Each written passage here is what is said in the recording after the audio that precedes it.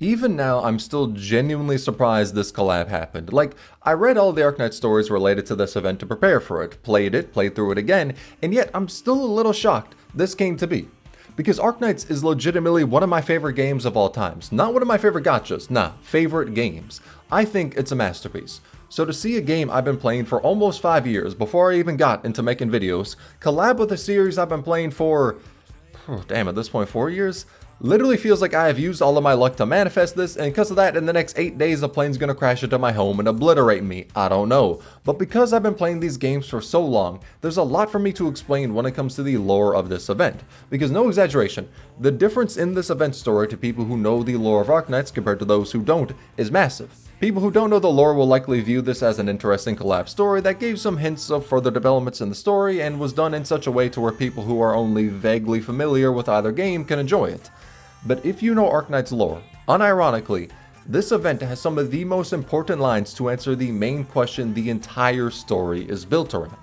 Now, if you know absolutely nothing about Arknights lore, you probably think I am crazy after saying that, because at the end of the day, the Seaborn, what this event is centered around, ain't even like a main story thing, bro, they're a side event. So then the question is, how is this event so important for Arknights lore, yet someone who doesn't really know it can still enjoy it? How can those two coexist? Well, the short answer is PM has a go-to team of writers. The long answer is the rest of this video. Because when it comes to Arknights, the best part to me is the world building, but when it comes to explaining the game's story or introducing people to it, that's also in a sense its greatest hindrance. Arknights' world building is so interconnected to where if I wanted to talk about something that's happened in the plot of one area, I'll more than likely need to bring up something else within the story as context. And that is what makes the world building feel real, but maybe it's a little too real because the rest of this video is dedicated mostly to explaining Arknights lore, as there's just that much lore to properly and fully explain why this event hits harder when you know the lore. Now I am going to break down the egos and why they're near perfect matches for each of the sinners, but the rest of this video is going to be about Arknights' lore, because I think this event was made with utter love for its story. And sure enough, my thoughts on that were confirmed when Jihoon, the CEO of Project Moon and director of Limbus Company, whipped out his Arknights account on stream and showed how developed it is.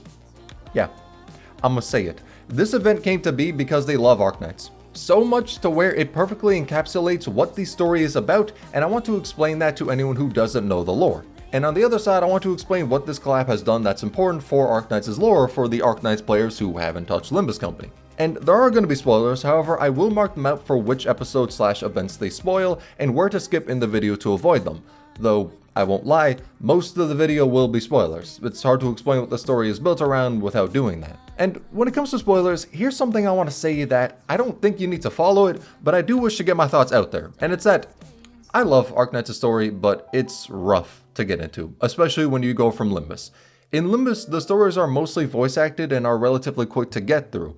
In Arknights, there's no voice acting in the story aside from really rare occurrences, and the word count of the entire story is longer than reading the Bible front to back 3 times over. By the way, I am not making a joke, I am being dead ass. To me, it's not really too big a deal and the newer events have had much better pacing, so I'm fine with it. But to people who are looking into playing the game and reading the story, after you heard me say that, there's a non-zero chance you decided you're never gonna touch the game. Which is why I want to say that if you're looking into playing Arknights, hearing spoilers about the story might not be terrible because it could make you interested enough to actually play it, to take that first step. And hell, when it comes to me personally, I've experienced like half of the event stories and still enjoyed them after being spoiled about them, mainly because the community just has a fucking problem with tagging spoilers, especially considering the 6-month gap between CN and Global. But I just want to say that end of the day, if you want to get spoiled or not, that's up to you, but that was just my 2 cents as someone who knows the story. But to start off the explanation, let's talk about what the Seaborn are, the basics. This is the bare bones explanation and just gives more context to what the game explained, so no spoilers for it on that front. But the Seaborn are a collective hive mind that refer to themselves as the We Many. The main trait of them is their adaptability. Because of this, Aegir has a weapons classification system they use against the Seaborn. They separate the weapons into tiers and use the bare minimum effective weaponry against them to slow their evolution as much as possible. And the main reason this could be done is because Aegir's technology is way more advanced than any other nation in Terra, which says a lot when you look at the world. I mean, you got Victoria making steampunk mechs, Columbia pushing the boundaries of science, ethically or not, and Ursus making damn near eldritch abominations when it comes to their Emperor's blades, yet none of them hold hold a candle to Aegir. Before the Seaborn went to attack, they had constant debates to find the best course of their country. They engaged with and were very talented in all of the arts, singing, sculpting, dancing, you name it. Hell, they even had plans to go into outer space, to be the first nation on Terra to do that. But it all changed when the Seaborn nation attacked. Well, not really much of a nation, more so a force of nature, but you know. However, the entirety of Aegir was derailed, and instead of focusing on going to the stars, they fully dedicated themselves to taking out the Seaborn. They view it as their duty to the rest of Terra, and thank fuck they do. Because unironically, without them, everybody's dying. Yeah, this is an exaggeration, by the way. Everybody's dying. To put it into perspective, and this is not spoilers, just it's alternate timeline stuff, so don't worry. In an alternate timeline where the Seaborn had a god that got them past Aegir, they either killed or assimilated everyone on Terra. Aegir was the biggest threat. After that, people went down like dominoes, even with everyone on Terra working together, for once, to try and stop them after they became too big of a threat. But when it comes to mainline canon stuff that shows the difference between Aegir's ability to handle the Seaborn compared to the rest of the world, let's look at the Profound Silence. So at one point in time, Iberia wasn't a shithole. Surprising, I know. In fact, they had a golden age where they controlled most of the southern coastline. They were one of the most formidable nations, and their biggest strength was their navy. The technology was bolstered by Aegirians that had come to land and helped them, but those Aegirians also tried to warn Iberia. They warned them about the Church of the Deep and the Seaborn, but it really did nothing. During that time, Iberia had immense pride in themselves, that whatever happened, they would be prepared. And that arrogance was wiped away when the Profound Silence came. The best explanation for it is from the Inquisition records of it. The ocean sank into an unprecedented silence. Anomalies appeared across the shore, as violently ebbing tides and irregular waves heralded the coming of disaster. All sounds were smothered, from waves crashing against the shore to the chiming of city clock towers. All noise faded away, until the voices of the people all disappeared as well, until the wind was stilled. The profound silence came without a sound. Then what plunged Iberia into its current state was a tsunami. A tsunami that wiped out most of their naval fleet, the lighthouses, and sank the capital of Iberia. Which is why, when you look at the map of the world, where Iberia is very jagged. That's because half of it got submerged by the tsunami. The islands you can see in the sea were once peaks of mountains, and the Seaborn took control of all of that water. Now, because Iberia had its country upended, there was a vacuum in place of the government, and this led to the Inquisition being formed, and their politics were... immoral is the best way to say it. Because of the Church of the Deep, the Inquisitors took action against pretty much any Aegir that was on land, either by forcing them to leave Iberia, taking them in for questioning, or killing them. Now, at first this does seem extreme, because it is, but Irene's take is pretty much the most moral one from an Inquisitor on this, where she believes that what Iberia did was morally bankrupt, but it was needed as Iberia was a country teetering on the brink of collapse, because of the silence in the church, and the church wasn't doing unimportant stuff to Iberia either. Before the silence, they had infiltrated Iberia's own churches and changed their religious texts to align with what they want of humanity. And after the silence, went around to people of Iberia and preached to them that their current suffering was just another step before they reached the utopia of assimilation into the we many. They essentially were drawing the blood out of an already near passing body. But it's for this reason why what Irene was saying and doing at the village in the Collab seems extreme for Limbus players, while Arknights players could understand that it's necessary. Because the Seaborn are capable of ending the world, and the Church of the Deep is aiding them constantly and has roots so deep in Iberia to where it can never fully be drawn out. But that is it for the basic explanation. Now I want to talk about what the collab didn't cover, namely why the Seaborn came to be. So spoilers for Babel, all main story chapters before it, so 13 to 0, and Path of Life. To be fully clear, what I'm about to explain also appears in chapter 14 and 15, but if you've read Babel, that would explain this plotline, and those chapters just call into it more, but I'll dive into the spoilers of those later and mark out when. But if you don't want to be spoiled, skip to here. These are major plot spoilers. But the Seaborn have the goal of survival. Above all else, they're a hive mind centered around surviving, because they are one of the very few ways to preserve civilization. The biggest plot point of Arknights is the survival of the predecessors against the observers. The predecessors are a tier 3 civilization that travels throughout the universe, and the Doctor is a part of this race. They land on Terra and start to build life up on that planet. The reason Terra has animal races is because of them. As an umbrella term, they're called the Terrans, and the predecessors brought them to Terra. and they're even the reason they look human. So essentially, to Terra, the predecessors are gods. Not within the sense of having some godlike powers or being revered by the people or anything like that. What they do is still physically possible and not many people know about them. But it's the technological differences between the predecessors and the Terrans which make the difference between these civilizations so vast. And the observers are, well, the best descriptor is the word of the doctor before their amnesia. They equate civilizations and their growth, schemes, machinations, triumphs, and glory all to a tranquil forest, where a tree represents a world or a collection of planets all host to the same civilization. That tree represents all of its people on it, and in this forest, the predecessors are also just a tree. And the observers are the lumberjack. The trees do not know the origin of this lumberjack, do not know why it cuts them down, but they can do nothing to stop it.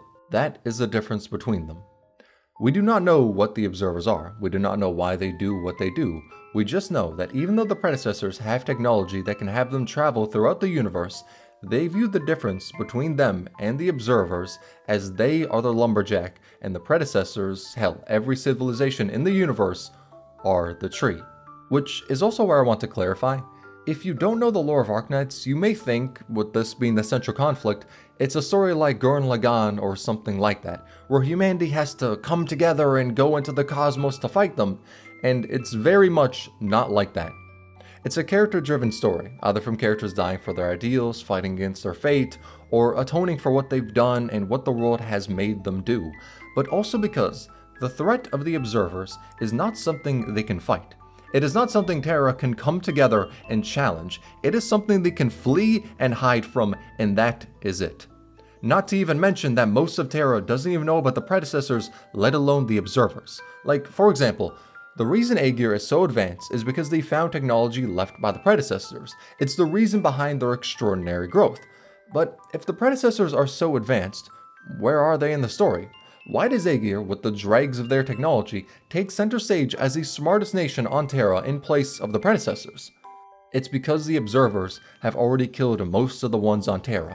From the passing explanations we've heard of it, it was described as a crisis. Not a battle, not a war, a crisis where the observers came and most of the predecessors were wiped out. Only a few survived. And after the crisis, the predecessor shielded Terra with the Star Pod. It was a creation where it would pretty much be an energy barrier around Terra. It's invisible, yet it causes anything attempting to go beyond it to fail. Because of this, any aircrafts in Terra need to operate at lower altitudes, but the reason it exists is to visually shield what is happening on Terra from what is out there in the universe. It is essentially a fake sky. Because of this, in Terra, you can't find where to go by looking at constellations or anything like that in the real world. The stars are constantly shifting. The only thing you can see beyond it accurately are the twin moons of Terra. That's it.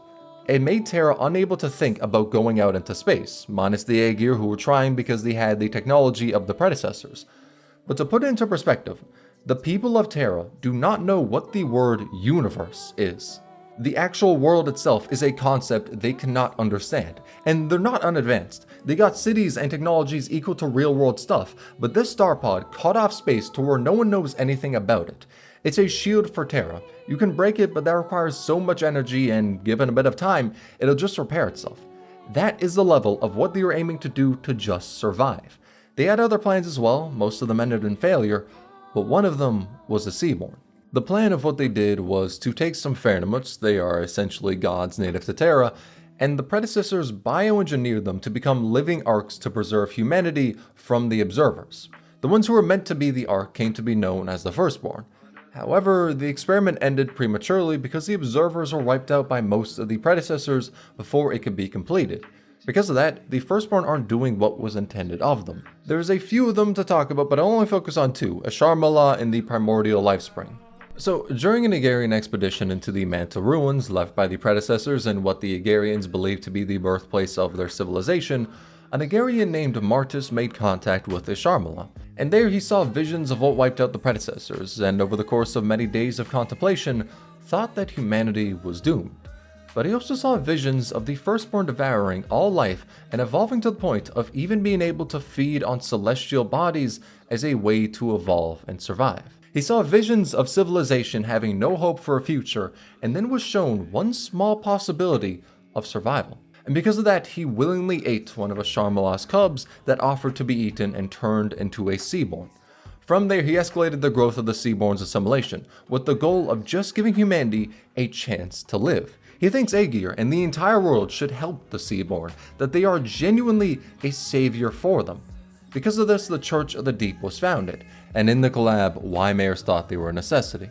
Though the Church of the Deep's efforts are what led to the profound silence, because the tsunami that wiped out half of Iberia wasn't a random natural disaster, it was the primordial lifespring, which was a firstborn that became one with the sea after dissolving into it, and the Church of the Deep tried to revive it, causing the tsunami that wiped out Iberia. And if it could merge with Asharmalah, it would cause the entirety of Terra to be flooded. Then they would be assimilated into the Wee Many. So the point of the Seaborn is, they're a possibility for survival, one avenue to survive the crisis, but because they weren't fully completed, their goal shifted from being an arc into what they are now. And what the Church of the Deep say isn't a lie. Objectively, they are a way to survive. But that returns to the central moral question of Arknights.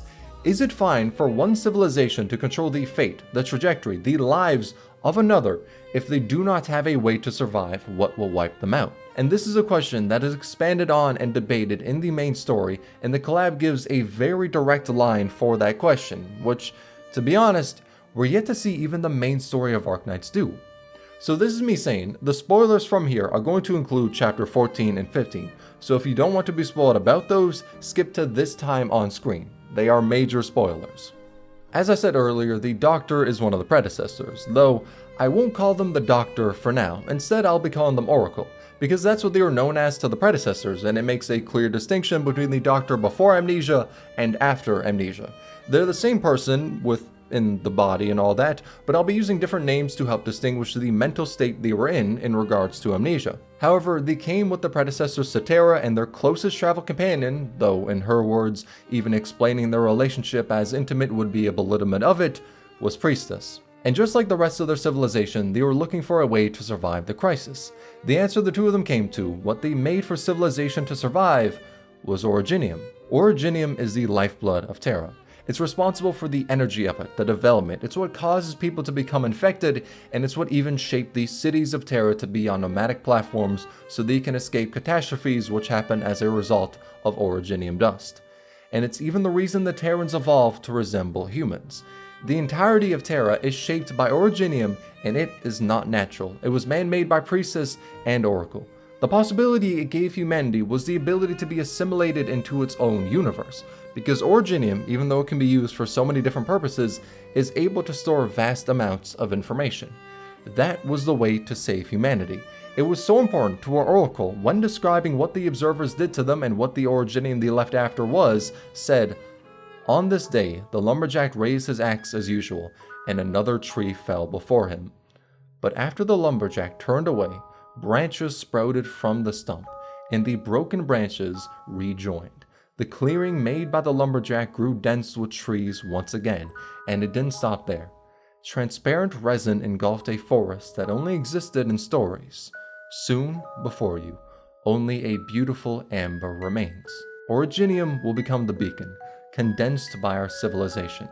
If, one day, other lifeforms in the universe lose their homeland and seek a way to resolve their plight, they will witness that we once shined, we once resisted, and this is where we rest. We once delivered a gift to those who came after us, before our annihilation. Hope." But this is where Oracle and Priestess had a difference. Oracle viewed it as a possibility for life to take, a beacon of hope, but not a contract civilization signed to participate in since they were born. Originium should not be forced on civilizations like a bitter pill they need to swallow. It is simply something that, if they choose to, can save them. However, Priestess thought that to properly preserve civilization, all information needed to be stored in the assimilated universe. And this difference in ideology is what led to the turning point in the story, Babel. To give a brief explanation to set the stage, the Sarkaz were the first race on Terra to touch Originium. That made their fate tied to the assimilated universe, and whenever a Sarkaz died, they would go to that universe. And thousands of years after that connection was made, Theresa became the king of the Sarkaz. And that is not just a title. All kings have the Black Crown and can see information and memories stored of all the Sarkos kings prior. Theresa, after going through these memories for many years, finally found that the Sarkos are slaves to Originium, and she wanted to break that connection, to allow the fate of the Sarkos to finally be free, to allow them to rest, because they didn't choose to go to the assimilated universe after death, but because they touched the first Originium all Sarkos have, from the moment they were born, been bound to it after their death. So breaking it was her goal, and Babel was how she would mend the civil war with her brother and unite the Sarkos in this goal. And to help achieve this, Kelshi woke up Oracle from their sarcophagus. They stayed in there to preserve themselves until Originium was at a point where it could be used to save civilization, but Kelshi woke them up too early. Originium was yet to grow as much as it needed to. At its current state, it cannot assimilate everyone to escape the surveillance of the observers. But the Doctor traveled the land to see Terran civilization, see what has become of life after thousands of years in stasis. The Doctor traveled the lands and came to love Terra, but also came to be ridden with guilt, because with all the suffering caused from Originium, they were the source of it. They were the one who helped make Originium. And then later, when they learned of what Theresa planned to do, cut off the Sarkos from Originium, essentially ending the beacon of hope right then and there, they came to a crossroads. Do they let Theresa do this and doom the predecessors that have survived in sarcophagus to death? Because her stopping the project would cut off that lifeline of Originium being able to save them. Or do they stop Theresa and condemn all of Terra to be consumed in Originium? Whatever their choice was, they held the fates of so many lives. On one path, Oracle would condemn all remaining predecessors to death and cut off a ray of hope for the entire universe, but on the other, they would have to betray Kelshi, Amia, Theresa, Babel, and the entirety of Terra they came to love, for a way to survive, not even as people, but as information within a simulated universe. Do they kill their civilization to let Terra be free with no chance to survive the coming crisis, or do they condemn all of Terra because their civilization has a chance to survive? And Oracle didn't know what to do. But this is where Priestess's influence kicked in. See, the predecessors have a brain implant called a linchpin. It helps preserve their memories and consciousness while traveling throughout the universe. It makes their consciousness come to a stimulated world where they can enter into debate with their paired companion. Imagine it as basically dreaming, and Oracle's companion was Priestess. But this comes with a risk where if one's linchpin was modified, it can nudge that person into doubt and follow what the other wants them to do. I've heard people explain it as mind control, but to me, I don't really like that explanation. I view it more as something that can nudge and push someone within a direction. And when you're at the Doctor, who is teetering on the edge, looking at which civilization they have to betray and kill, that linchpin means a lot. As when the Doctor saw the pain that Originium caused Terra, they were consumed with guilt. What they did to try and save everyone caused the infected, catastrophe, suffering, death. It ruined people's lives. But Priestess tampered with Oracle's linchpin to have debates centered around letting the Originium project achieve its goal at whatever cost. And these debates made Oracle question themselves and, in a sense, corrupted them until they reached a breaking point and had to make a decision. I am rather fortunate. I have been able to leap across the millennia to communicate with them. I have even considered myself one of the people of this land for a time, experiencing their past and future. But in the end, I am not of here. I have begun to feel uneasy about Theresa's efforts. If the Originium project ends in failure, no. Even if it is merely postponed for a time, Theresa, Kelshi, even the future that I promised Amia, the inhabitants of this planet, some of the few life forms known to us, are but illusions that will break at the slightest touch. I have been lying to them and to myself for a very long time now, but how will I explain it to Kelshi, or to Theresa, or Amia? Am I supposed to tell them that all the pain they have been through is the key to their salvation and they must stop fighting? That all of Terran civilization is a fleeting dream, and only by being assimilated into Originium will we have the opportunity to avert our fate? Seeing the lives of those they call the infected dissipate like smoke brings pain to my heart. It has long been a common sight on Terra, but it always marks the end of life. Sorrowful and cruel. It has been too long since I've heard a voice full of life. I can't just see them as unexpected sparks, but what I see cannot be called a warrior's death. Rather, they have given in to the Originium's assimilation, passing through death to join the assimilated universe, a chance where life can break through the deepest darkness. Should I bow in silence at their deaths, or should I quietly rejoice at the smooth progression of the project? It is for this reason that Theresa dedicates herself to her research. Kelshi, our Amaten, has also chosen to believe in the potential of Terra, chosen to resist Originium and put an end to war. But what about me? The Originium project was built upon the efforts of countless generations, and in that time, billions of our compatriots have died, all in exchange for a mere 10,000 years that I've spent waiting and waiting. And now, the flint and tinder are in my hands. After all the long years, how could I abandon it? Because Terra has left me pleasantly surprised in a few short years? Because of the choices that Theresa and Kelshi made? Even if Amia has moved me to compassion, would I not have been the selfish one all along? They awakened me to be their salvation, but in truth, I am destined to bring them to annihilation. They awakened me, their destroyer, as if I was their savior. Amia, Kelshi, what should I do? Priestess, what should I do?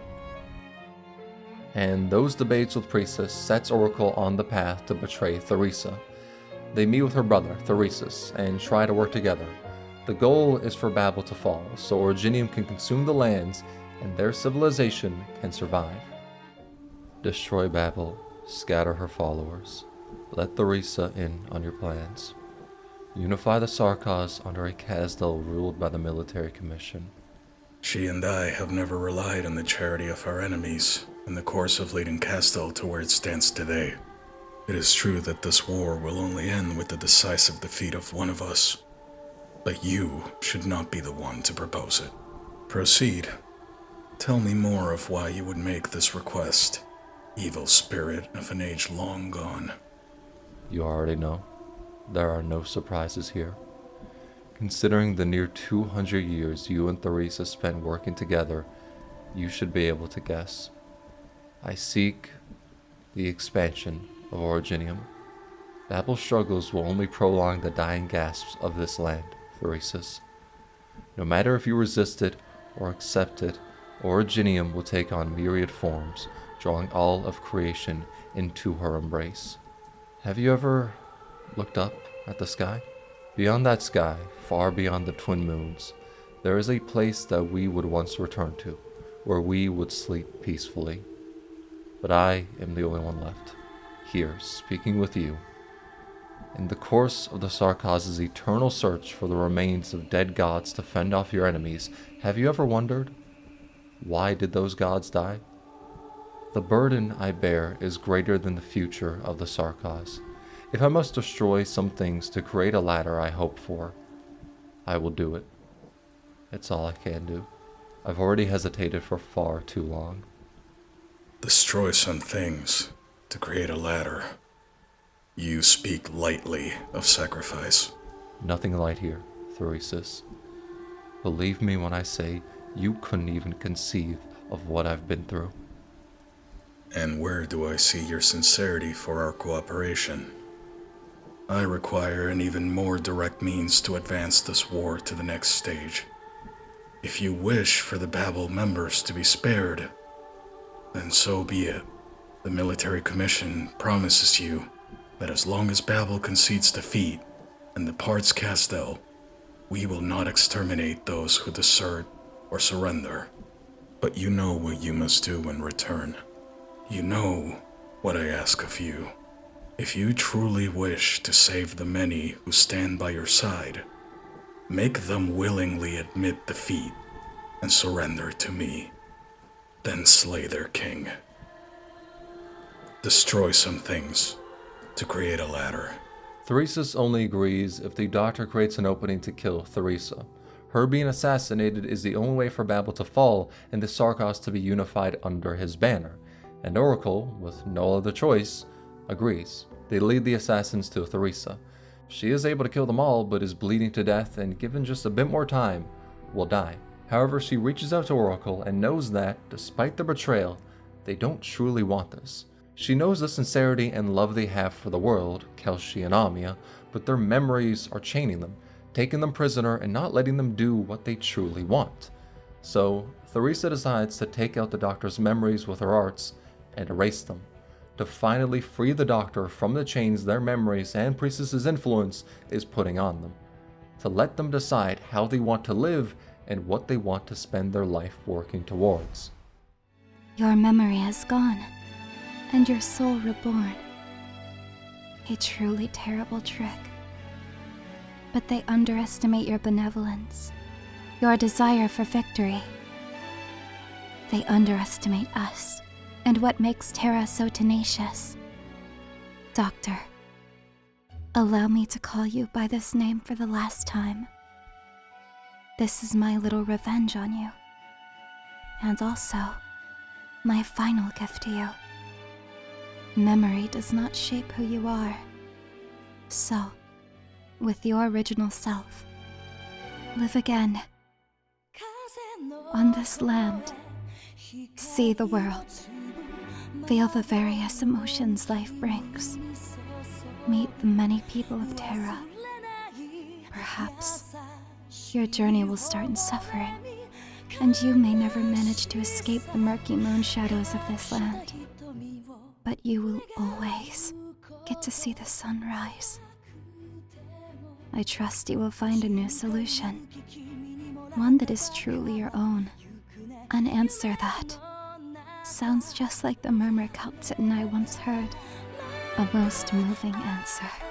That is why the Doctor has amnesia. It was Theresa's way to save the Doctor, for them to be free. She wants them to come to their own conclusions about the world and how its future should be, and we haven't yet gotten that answer. In the story, we can vaguely choose who we side with, like small dialogue choices for what we want, and even in an ARG you can debate Priestess and the results show if you side with her or Theresa, and depending on it, a cutscene in Chapter 15 changes a bit, but the story is yet to definitively say where the Doctor lands. They're slowly getting back their memories, but we don't know if they will choose to continue the project or if they'll let Terra fight for their own fate, even though the chances of survival are slim. However, in the collab, we finally hear an answer from the Doctor when it comes to the fate of Terra, saying, "There's no such thing as absolutes when it comes to the value of life. Survival is the right of all civilization. It should never be up to others to define the worth of life." And that line right there is probably one of the most important ones when it comes to what is going to happen in the rest of Arknights' main story. Because while I would be surprised if, after everything, the Doctor betrayed Terra and sided with Priestess, we're still yet to get the clearest single line without the possibility of player choice to change it, which shows they're against her. Now, on the other side, I wouldn't take this line as canon because this is a collab and not canon to Arknights, but it still shows the care for Arknights' story that was put into this. This isn't a collab that happened because they thought it would be good for profit margins. PM didn't just clock in and go, people in our fandom kind of fucks with Arknight.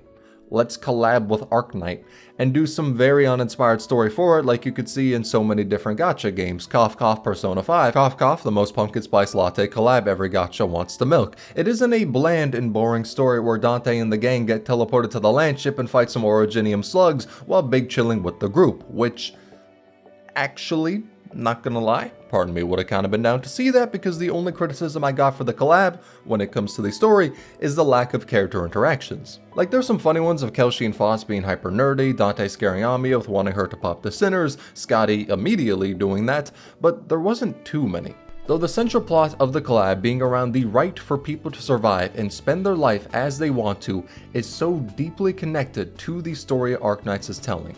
Either Arc 1, 2, or 3, Babel, Path of Life, Grand Overture, Lone Trail, whatever, it is the most central part of Arknights in the collab. If the plot around it were to be made into an actual story for Arknights, would still be incredibly fitting. You can tell it was made with the current story in mind. If the cantos in Limbus are meant to make you understand the sinner better, this collab is focused on making you understand the world of Arknights and the weight behind the morality of the main story. especially when it comes to mayors. She wants to give humanity a chance to survive, but knows deep down that the Seaborn, while giving that chance, are inherently flawed. She, just like a lot of characters in the story, are looking for a chance to survive and make the world a better place. What she goes through in this event is covered a lot in Arknights' story. It's one about people wanting to lessen the hardship of life and make the world just a little bit better or a fair place. Well, at least that's one of the topics covered in it, and this collab perfectly shows it. Yet at the same time, it's still enjoyable for people who haven't touched Arknights, and as a player of both, I loved it. But now for another part that I think they went above and beyond on, let's talk about the egos. I am so glad they did not just assign these based on vibes. Like, they could have just taken the easy way out and went, Merso is very Changyu coded cause big man. Wheatus is very Degenbrecher coded cause mommy. Dawn is very neural coded cause knight and same voice actress. And Gregory is very W coded because cockroach. Not gonna lie, kinda want to see that last one though. But the egos fit honestly a little too well. Like Scotty Ishmael. Spoilers for Undertide, skip to here if you don't want to be spoiled, but also this is a spoiler that is already well known in the community because we got a unit that is this spoiler already in the game. But after the Abyssal Hunters killed the Firstborn, Asharmala, it wiped out their forces. There were only 4 left after the battle, and when Skadi dealt the killing blow to Asharmala, she was very weakened and had cuts all over her body. And at that moment, the blood of the Firstborn entered into Skadi. It then mixed with her Seaborn cells, and now there is the possibility that Skadi could awaken Asharmala and essentially revive it, if it takes over her body. You know what that sounds like? Ishmael at the wreck of her former ship. Going on an expedition she was forced to by Ahab, and after the ship was swallowed by the Palid Whale, she had nothing. But over time, the influence of what Ahab did to her slowly took over Ishmael, essentially consumed her. And if Ahab had gone her way, Ishmael would have become a shell of her, like Asharmala was Skadi. Minus the lesbianism. Skadi didn't really have a key quag in her story. That's more Spectre and Irene's territory. Then there's Gregory with Mlynar, and yes, I know it's pronounced Mwynar, but I do not care. I think Mlynar sounds better. I will put extra emphasis on the L. But this one, there are some differences in approach, but the destination of how they feel is fairly the same. Gregor, as we all know, hates war. He saw what it does to people and hated that he was a cog in the machine of propaganda that fueled it and ruined so many people's lives. And Mlynar does have a similar situation when it comes to propaganda and being viewed as a symbol of the war. He was a legendary knight, also the son of a national hero for Cashmeres, a nation heavily founded around knights. However, his view of knights' pride and chivalry was torn to shreds after his older brother and sister-in-law went on a mission and vanished under very suspicious circumstances. He grew to lament Cashmeres and how it views knights as fuel for propaganda, either for the use of them in tournaments to take sponsors, or for their patriotism when in reality, Cashmeres is corrupt and far from the image they try to exude. And Gregor lost people he's close with too, some speculate he even lost his sister. But they're both viewed as noble symbols for war. Gregor hates it because he despises war, and Mlynar hates it because he believes chivalry and knightly glory are all facades to what reality actually holds. But then there's the ego I'm most excited to talk about, Kelshi Faust. Just want y'all to know, on my video I made some years ago talking about which center would get what identity for this collab, I called this shit. I was a pioneer. Project Moon specifically went to that video for inspiration on this. Probably not, considering it's the most obvious fucking choice for an ego, but that's neither here nor there. I will take full credit for it, you are welcome. But Kelshi is a very difficult character to explain, so this will be spoilers up till chapter 15 of Arknights. Skip to here if you don't want to be spoiled. Kelshi is a creation of Priestess and Oracle. She was known as Amma 10, and her purpose is best shown in the cutscene that plays in the game if you disagree with Priestess in the debate ARG. In it, Oracle gave Amma 10 the name of Kelshi, believing that Amma 10 is just a codename, a mechanical identifier, and she should have a true name. Then they told her to protect Terra as they slept in the sarcophagus, to make sure life on it can thrive. While it may be arrogant to interfere with a civilization, this is their last chance. They cannot fail. They need Terra to progress to a point where there is a chance to survive the observers. And Oracle gave the job to Kelshi. With her Gemini cycle, she can live forever. And on that path where she watches over Terra, she can guide them. But Oracle stops, looks at her, and thinks about the mission they are putting her on, and instead says, "No. Forget what I just said, Kelshi. All of it. Go, Kelshi. Look around you, then see what lies by the most distant of mountains. Go seek what forms existence takes. I must go back. Wake me up when you need to. Kelshi, I hope you'll... Or maybe I should say, the only mission I assign to you now is this. Find yourself. Search for traces of life. Search for hope and a future. Kelshi, go find your own answer. The final mission she was assigned was to find the meaning of life. That is what her creator asked her to do, and she spent over thousands of years wandering the land in search of it, and she came to love Terra. While the land and the people may have flaws, she came to love it and oppose Originium to ease the suffering of the land, going against the way to survive the observers, but it was the choice she made for her own life, from her own answer. And this culminated in Kelshi making plans to resist and, with the help of Monster, fought against Priestess after she broke free from Rhodes Island. But beating Priestess was impossible, because she has full control of Originium. And with that power, she manipulated the Originium crystals on Kelshi's body to consume her, then shattered them to the wind. Kelshi found her meaning in life, to protect Terra because of her love for it, and fought till her death for that. But sometime after Rhodes Island fell, the Doctor and Amia had taken hold of the crystal Monster left behind. They went out into a field to see what would happen with it, and then life sprung forth from it. Monster, now human. And this is who Phost's ego is actually based on. She's not meant to be Kelshi in it, she is Monster. There's two reasons that show it. One is that Kelshi appears in the ego cutscene and commands Phost rather than Phost commanding Monster. And the other is the line of the ego. 멈추지 않는 시대에서 희망과 미래를 찾아 스스로 답을 구하시길. That is what she said to Monster in a voice recording that would play in the event Monster was freed from the Gemini cycle that kept Alma 10 alive throughout her thousands of years going throughout Terra. She was given the ability to be free and find her own answer to life, and gave that possibility to Monster. It was honestly one of the most beautiful scenes in Arknights, and I'm glad it was brought up here for the ego. And the connection for the ego is that Monster knows everything about the world from the eyes of Kelshi, but she hasn't lived it all. Like Phost knows seemingly everything from the Gesellschaft, but hasn't lived it.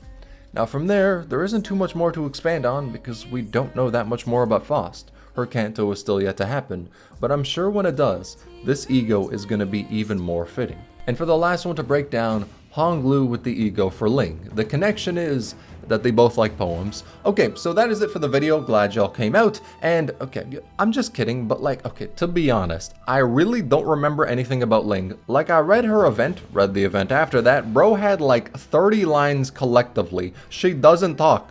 I know there is apparently a connection to Buddhism and Taoism, but the only thing I know when it comes to that is the one world religion class I took in grade 11, so I'm sorry. I'm sure there's a connection, but I do not know it. The most I can say as of now is that Ling is either at there or very close to enlightenment, so she feels like what Honglu could be at the end of his journey. If he has just started accepting himself and accepting his emotions, Ling is what we can hope is the end destination after all is said and done. But aside from that, I fear there is not much more I can say when it comes to this connection because Ling is very much a recluse when it comes to her appearances in the story. But that is it for all of the breakdowns, and honestly the quickest way possible I could have done it. There was not a way to make this video shorter and explain all that I wanted to, which, I mean, I'm actually kind of glad for because I fucking adore Arknights, so any chance I have to praise it and talk about it, I am more than willing to take. But before playing the collab, I was worried it was going to be bland, boring, or something that I just think about and go, oh, yeah, that collab was nice. But Project Moon blew all of those worries out of the water. They made a story that is such a love letter to Arknights while still being incredibly enjoyable to people who haven't played it, and that is so hard to do. But if you have played it, the collab evolves into more than just a great crossover for Limbus, but something that hits deeply to the main plot. I would have liked seeing more character interactions between Rhodes Island and Limbus, and hell, maybe just seeing more Arknights characters in general. But aside from that, this collab was a masterpiece to me. I'm glad it came from a place of love. A place for you to work, gentle say